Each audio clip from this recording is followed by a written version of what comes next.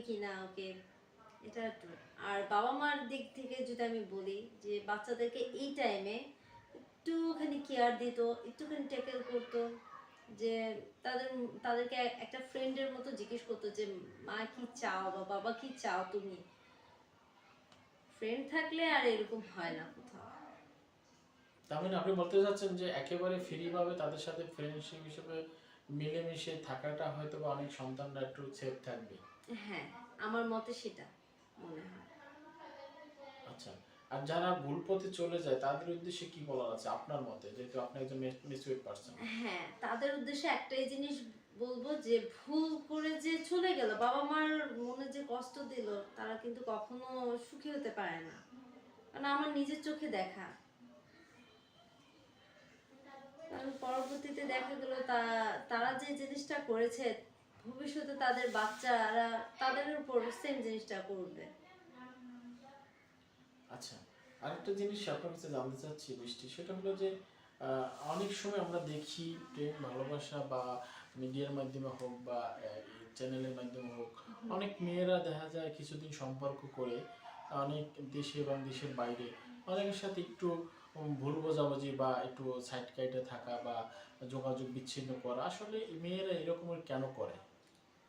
না, মেয়েরা যখন দেখে যে টাইম পাচ্ছে না, আপনার ধরেন আমি সাপোজ, ধরেন যে আমি একটা মেয়ে, আমি আপনাকে চেলাম, আপনি এখন বিদেশে চলে গেলেন, অনলাইনে অনলাইনে কখনো কি আপনার মনে হয় যে অনলাইনে আমি আপনার সাথে আমার মনের কথা শেয়ার করব, ভালো মন্দ? আমি চাবো কি সারাক্ষণ আপনি আমার সাথে থাকেন, আমার সামনে থাকেন। তো পরবর্তীতে যে এই জিনিসটা পাচ্ছে না, সে তো অন্য লাইনে তো যাবেই, স্বাভাবিক না? না, আমি প্রশ্নটা আপনাকে এইভাবে করিনি। প্রশ্নটা হচ্ছে যে অনেক মেয়ে মানুষ অনেকের সাথে সম্পর্কের পরেও দেখা যাচ্ছে তার সাথে কিছু দিন সময় কাটিয়ে তার সাথে যোগাযোগ বিচ্ছিন্ন বা তার কাছ থেকে স্বার্থ উদ্ধার করে মেয়েরা আর যোগাযোগ রাখে না। এটা কি আসলে ঠিক কি না? ভাইয়া পা ব্যথা করতেছে প্রচুর। তো বৃষ্টি, আমরা যেটা চাচ্ছিলাম আপনার কাছ থেকে জানতে, অনেক মেয়েদের বিষয়টা নিয়ে কথা বলছিলাম। তো দেখা গেছে প্রেম করার সময় অনেক কিছু প্রতিশ্রুতি দেয়, আমি তোমাকে ছাড়া যাব না কোথায়, বা তোমাকে ছাড়া বাঁচবো না, ইত্যাদি ইত্যাদি করে ছেলেদেরকে একেবারে ভুলে ভালাই একেবারে একাকার করে নেয়। তারপরে কিছুদিন পরে আবার সেই সম্পর্কটা বিচ্ছিন্ন করে কেন মেয়েরা? আপনারা এমন কেন? আপনি আমাকে বললে তো এই জিনিসটা ভুল হবে, আপনারা, আমি তাদের মধ্যে পড়ি না। তার মানে যারা, আপনি কি মেয়ে না? আমি মেয়ে কিন্তু আমি এখনো এরকম কিছু করিনি, আর ভবিষ্যতে করবো না। আর যারা এরকম করে তারা ভুলে যায় যে এখন আমি এই যে ক্ষণিকের জন্য এইগুলো করছি, ভালো না, জিনিসগুলো ভালো না। ছেলেদেরকেও বলছি যে হুট করে একটা মেয়েকে ভালো লাগলো, সেই মেয়েকে পিছনে আপনি যাচাই বাছাই না করে টাকা খরচ করলেন, 2 দিন পর ওই মেয়েটার মন উঠে গেল আপনার থেকে, তখন আপনারা এখান থেকে বিদায় নিয়ে চলে যান।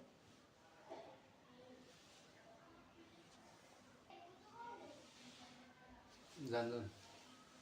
ছেলেদেরকে বলবো যে হুট করে একটা মেয়েকে ভালো লাগলো, মেয়ের বিষয়ে আপনি জানলেন না, বুঝলেন না, কিছুদিন জানেন বুঝেন মেয়েটা কেমন, মেয়েটার ফ্যামিলি কেমন, মেয়েটা কি চাচ্ছে আপনার দিয়ে। হুট করে আপনারা ভালো লাগলো, টাকা পয়সা দিলেন, 2 দিন পর দেখা গেল ওই মেয়েটার আপনাকে আর ভালো লাগছে না, চলে গেল। তো এই জিনিসগুলো প্রতারণা হচ্ছে না? যেমন প্রতারণার জন্য আপনারাও দায়ী, ঠিক তেমনই মেয়েরাও দায়ী। আর ভবিষ্যতে আমি এরকম কিছু করব না। আর আপনাদেরকে আমি বলবো যে আপনারা সাবধান হয়ে থাকেন মেয়েদের থেকে। সব মেয়ে তো এক হয় না, যাচাই বাছাই করে নেন যে কোন মেয়েটা কি চাচ্ছে আপনার দিয়ে, কিছুদিন যাক, তারপর আপনি যা দিয়ে দিবেন না কেন, আপনার প্রিয়জন, ভালোবাসার একজন, তাকে তো সবকিছুই দেওয়া উচিত, ঠিক না? সেটা যাচাই বাছাই করে দেন, তাহলেই ভালো হবে। দর্শক, আমরা শুনছিলাম বৃষ্টির জীবনের কিছু কথা এবং তার চলা এবং ভবিষ্যৎ নিয়ে অনেক কথাই শুনছি। তো আসলে আমাদের হাতে সময় নেই, আমরা আজকে তার কাছ থেকে বিদায় নিতে চাচ্ছি। যারা আমাদের প্রোগ্রামটা দেখেছেন, অনেক ধন্যবাদ ধৈর্য সহকারে দেখার জন্য। আর আমাদের ভুল ত্রুটি হলে এবং আমার এবং বৃষ্টির কথার মাঝে যদি কেউ আঘাত পেয়ে থাকেন, আসলে আমরা কারো আঘাত করে উদ্দেশ্য করে কোনো কথা বলিনি। আমাদেরকে ক্ষমা দৃষ্টিতে দেখবেন এবং যা কিছুই করেন এটা একান্তই আপনাদের ব্যক্তিগত ব্যাপার, টাকা পয়সা বিয়ে শাদী। তো বৃষ্টি, এই প্রোগ্রামটা আসলে আমাদের প্রোগ্রাম দেখার উদ্দেশ্য ছিল বা দেখেছেন এর আগে, মানে মূলত উদ্দেশ্যটা কি প্রোগ্রামে আসার? কেউ উৎসাহ দিয়েছে না নিজে দেখে শুনে আসছে? না, কেউ উৎসাহ দেয়নি। আমার এক বোনের কাছ থেকে আমি জানা যে আপনাদের এখানে এসে নিজের মনের কথাটা শেয়ার করে একজন ভালো মানুষ পেয়েছে, উনি। তো তার থেকে ইন্সপায়ার হয়ে আসে আমার, যে আমিও ভবিষ্যতে একটা ভালো মানুষ পাবো মনের মতো। অনেক ধন্যবাদ। সবাই ভালো থাকবেন, সুস্থ থাকবেন। আল্লাহ হাফেজ। আসসালামু আলাইকুম।